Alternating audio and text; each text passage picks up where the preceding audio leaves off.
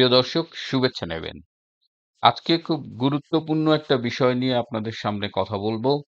আ খুব রিসেন্টলি আমরা লক্ষ্য করছি যে বাংলাদেশ ভারত সম্পর্কটা খুব উত্তপ্ত হয়ে উঠছে এবং ডক্টর ইউনূস প্রধান উপদেষ্টার দায়িত্ব নেওয়ার আগেই ভারতীয় একটি সংবাদ মাধ্যমের সাথে সাক্ষাৎকার দিয়ে বলেছিলেন যে প্রয়োজনে ভারতের সেভেন সিস্টার্স রাজ্যকে অশান্ত করে দেওয়া হবে এবং সেই থেকেই কিন্তু ভারতের সাথে বাংলাদেশের সম্পর্ক নিয়ে নানান কথাবার্তা হচ্ছে।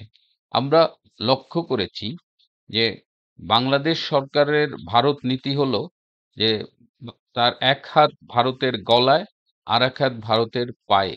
যখনই তার প্রয়োজন হয় সে একটু বিপদে পড়ে, তখনই সে ভারতের কাছে নতজানু হয়। যেমন যখন তার বিদ্যুৎ লাগবে, তখন সে ভারতকে অনুরোধ করে। যখন নেপাল থেকে বিদ্যুৎ আনার জন্য ভারতীয় গ্রিড ব্যবহার করা দরকার হয়, তখন সে ভারতকে অনুরোধ করে। যখন পণ্যের জন্য দরকার হয়, তখন সে ভারতকে অনুরোধ করে। আবার অন্যদিকে সে নানানভাবে ভারতকে উত্ত্যক্ত করতে থাকে। একবার সেভেন সিস্টার অশান্ত করে দিতে চায়, আরেকবার ভারতের পতাকা পদদলিত করে ভারতকে অসম্মান করে। আর ভারত বিরোধী কথাবার্তা তো এই কিশোর সমন্বয়ক থেকে শুরু করে উপদেষ্টা নজরুল ইসলাম, আসিফ নজরুল যাকে মানুষ ডাকে। তো এরা কিন্তু ভারত বিরোধী ক্রমাগত উস্কানি দিয়েই যাচ্ছে এবং বাংলাদেশের মানুষকে ভারতের বিরুদ্ধে যেভাবে লেলিয়ে দেওয়া হচ্ছে, তাতে একটি প্রতিবেশী দেশের সাথে যে সম্পর্ক স্বাভাবিক একটা বন্ধুত্বপূর্ণ সম্পর্ক থাকা দরকার, সেটি আর বজায় রাখছে না। এদিকে যেভাবে সংখ্যালঘুদের নির্যাতন চলছে, বিশেষ করে সনাতন ধর্ম অবলম্বীদের বিরুদ্ধে, সেক্ষেত্রেও ভারত একটি স্ট্যান্ড নিয়েছে। বাংলাদেশ সরকারকে তারা আ এই সংখ্যালঘু নির্যাতন কমানোর জন্য অনুরোধ করেছে। তারা পুরো বিষয়টি নিয়ে উদ্বেগ প্রকাশ করেছে। ভারতের পররাষ্ট্রমন্ত্রী সংসদে বাংলাদেশ বিষয় নিয়ে কথা বলেছে। আগামী ১১ই ডিসেম্বর বাংলাদেশে ভারতের পররাষ্ট্র মন্ত্রণালয় সেখানকার পররাষ্ট্র বিষয়ক সংসদীয় কমিটিকে বাংলাদেশ নিয়ে ব্রিফ করবে। সো এরকম একটা অবস্থার মধ্যে সম্পর্কটাকে খুব বেশি যে হেলদি বলা যাবে তা না এবং আমরা যদি ইউরোপীয় ইউনিয়নের দিকে তাকাই, সেখানে কতগুলো দেশ মিলেমিশে তারা সবার ঐক্যবদ্ধ বৃহত্তর স্বার্থটাকে দেখছে। অথচ আমাদের যে প্রতিবেশী ভারত, তার সাথে আমরা সম্পর্কটাকে একেবারে দা-কুমড়ার লেভেলে নিয়ে গিয়েছি।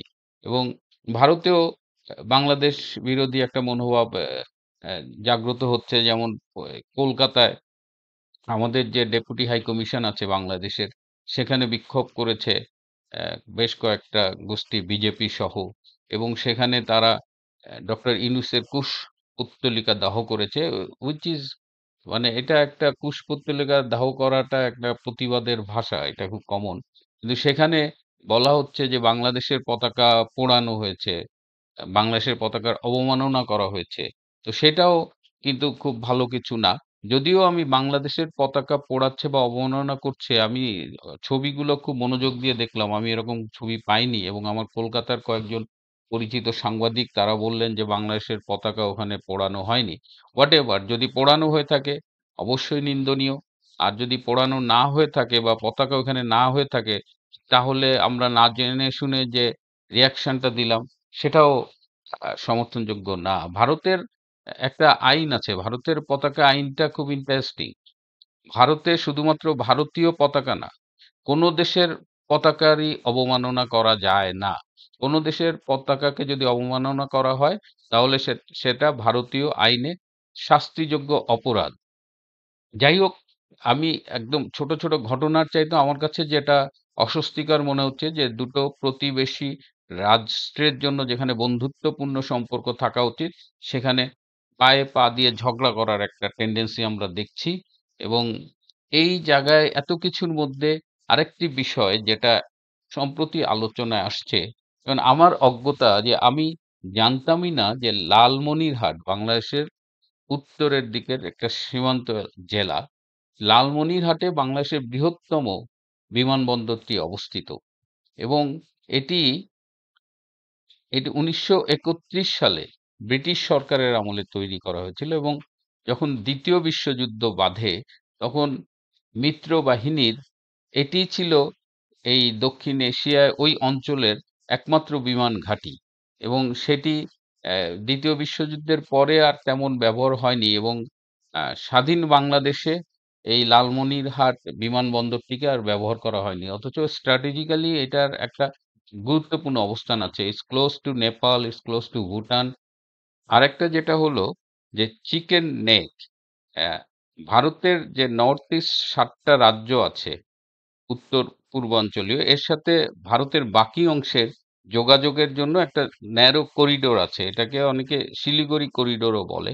এই চিকেন নেক থেকে লালমনিরহাট বিমানবন্দরের দূরত্বটা মাত্র ১২ কিলোমিটার এবং এই লালমনিরহাট বিমানবন্দরে থেকে যদি আপনি চিকেন নেকটাকে অ্যাটাক করতে চান বা চিকেন নেকটার মাধ্যমে চিকেন নেকটাকে ধ্বংস করে ভারতের নর্থ ইস্ট রাজ্যগুলোর সাথে রেস্ট অফ দ্যা ভারতকে আলাদা করে ফেলতে চান, তাহলে আপনার যুদ্ধ বিমানের সময় লাগবে মাত্র ২ মিনিট। অথচ এই চিকেন নেকের কাছাকাছি ভারতের যে বিমানবন্দরটা আছে, হাসিমারা বিমানবন্দর, সেটা সম্ভবত ১২০ কিলোমিটার দূরে।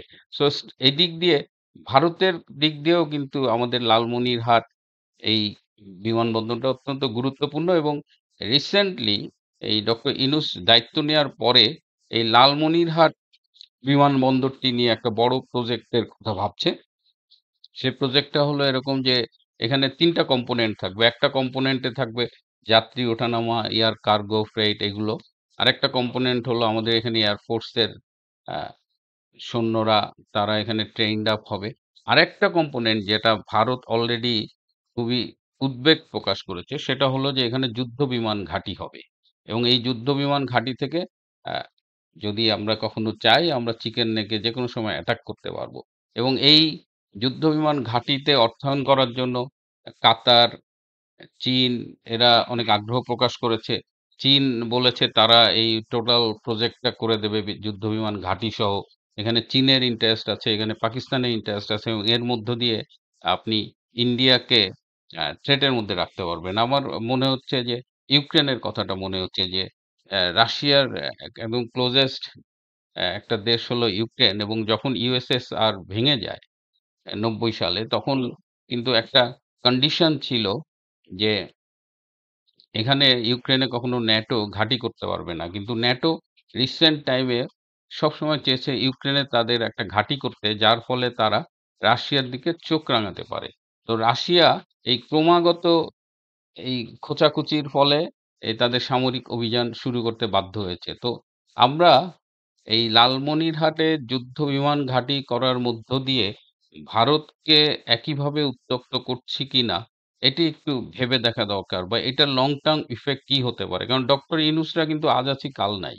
তারা ক্ষমতা জোর দখল করে আসছে, তারা দেশটা ধ্বংস করতে আসছে, এগুলো করছে এবং তারই ধারাবাহিকতায় তারা যদি এখানে বিমান ঘাঁটি করে ফেলে বা করার উদ্যোগ নেয় বা শুরু করে, সেটা লং টার্ম ইমপ্যাক্ট কি হবে সেটা ইন্ডিয়া বাংলাদেশ রিলেশনশিপ এর উপরে কিভাবে ইমপ্যাক্ট করবে, এই বিষয়গুলো একটু এগুলো খুব গভীরভাবে বিবেচনা করা দরকার।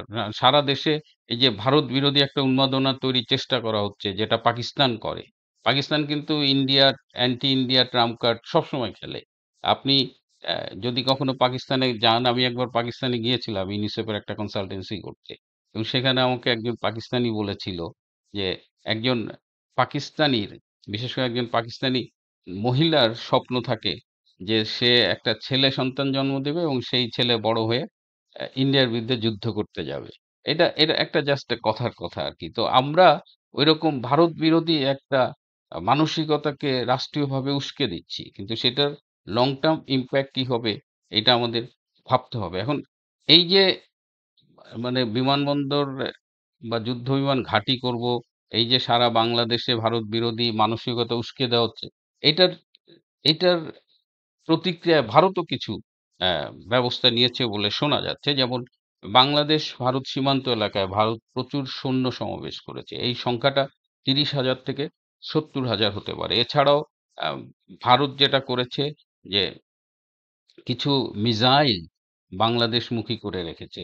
যাতে তারা প্রয়োজনে বাংলাদেশে সার্জিক্যাল স্ট্রাইক করতে পারে। সার্জিক্যাল স্ট্রাইকটা হলো একদম সুনির্দিষ্ট টার্গেটে অ্যাটাক করা। সাধারণত সামরিক স্থাপনায় অ্যাটাক করা হয় এবং চেষ্টা করা হয় যে বেসামরিক প্রাণহানি এবং বেসামরিক স্থাপনা যেন কোনোভাবে আক্রান্ত না হয়। ফর এক্সাম্পল ভারত হয়তো একটা ক্যান্টনমেন্টে, বাংলাদেশের একটা ক্যান্টনমেন্টে অ্যাটাক করল। এটা সার্জিক্যাল স্ট্রাইক। তো বাংলাদেশ নিয়ে ভারতের উত্তেজনার প্রেক্ষিতে এবং ভারতে এই যে ধরনের প্রস্তুতি, এই যে সৈন্য সমাবেশ, তো এগুলো নিয়ে কিন্তু যারা এগুলো নিয়ে ভাবেন, যারা দেশের শান্তি এবং ভবিষ্যৎ নিয়ে ভাবেন, তারা কিন্তু বেশ উদ্বেগ প্রকাশ করছে এবং আমি যতটুক ভারত সম্পর্কে জানি, আমার ধারণা যে ভারত সহসা এই কাজটা করবে না। যদিও ভারত সব রকমের প্রস্তুতি নিয়ে রাখবে, কিন্তু ভারত বাংলাদেশকে হুট করে অ্যাটাক করবে না। কারণ ভারত একটা গণতান্ত্রিক দেশ এবং এখানে কিছু বিষয়ে ওদের কিন্তু রাজনৈতিক দলের মতপার্থক্য থাকে না।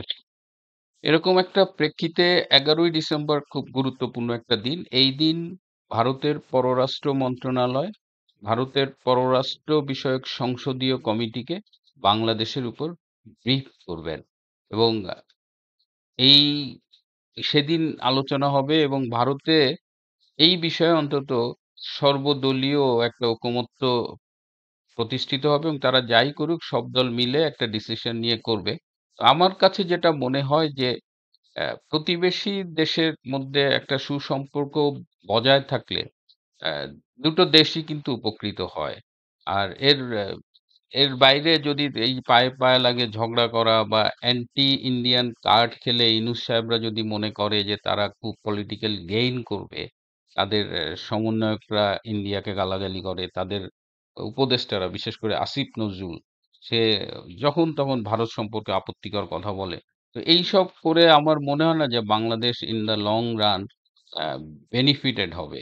তার চেয়ে কূটনৈতিক ভাষায়, কূটনৈতিক দক্ষতায় যদি আমরা বন্ধুত্বপূর্ণ সম্পর্ক বজায় রাখি, তাতে আমার মনে হয় বাংলাদেশ, ভারত দুজনই উইন-উইন সিচুয়েশন এ থাকবে। তো এই অবস্থায় আমরা আশা করব যে বাংলাদেশ ভারত সম্পর্কটা বন্ধুত্বপূর্ণ থাকবে এবং কোনো অবস্থাতেই যেন সেটা ওই এমন জায়গায় না পৌঁছায় যে ভারত সার্জিক্যাল স্ট্রাইক করতে বাধ্য হয়। সুতরাং আমরা বাংলাদেশ সরকারের কাছে অন্তত এই দায়িত্বশীলতা আশা করব। আর যদি তারা এই ভারত কার্ড খেলতে যেয়ে বাংলাদেশের অনেক বেশি ক্ষতি করে ফেলে, সেই ক্ষেত্রে কিন্তু তাদেরও রক্ষে থাকবে না। প্রিয় দর্শক, অত্যন্ত স্পর্শকাতর এই বিষয়। আমরা ধৈর্য ধরি, আমরা অপেক্ষা করি, আমরা চাই যে বাংলাদেশটা যেন ভালো থাকে। সবাই ভালো থাকবেন, সুস্থ থাকবেন। একটু কষ্ট করে যারা আমার অনুষ্ঠানটি নিয়মিত দেখেন কিন্তু সাবস্ক্রাইব করেননি, তাদের কাছে অনুরোধ চ্যানেলটি সাবস্ক্রাইব করবার জন্য। জয় বাংলা, জয় বঙ্গবন্ধু।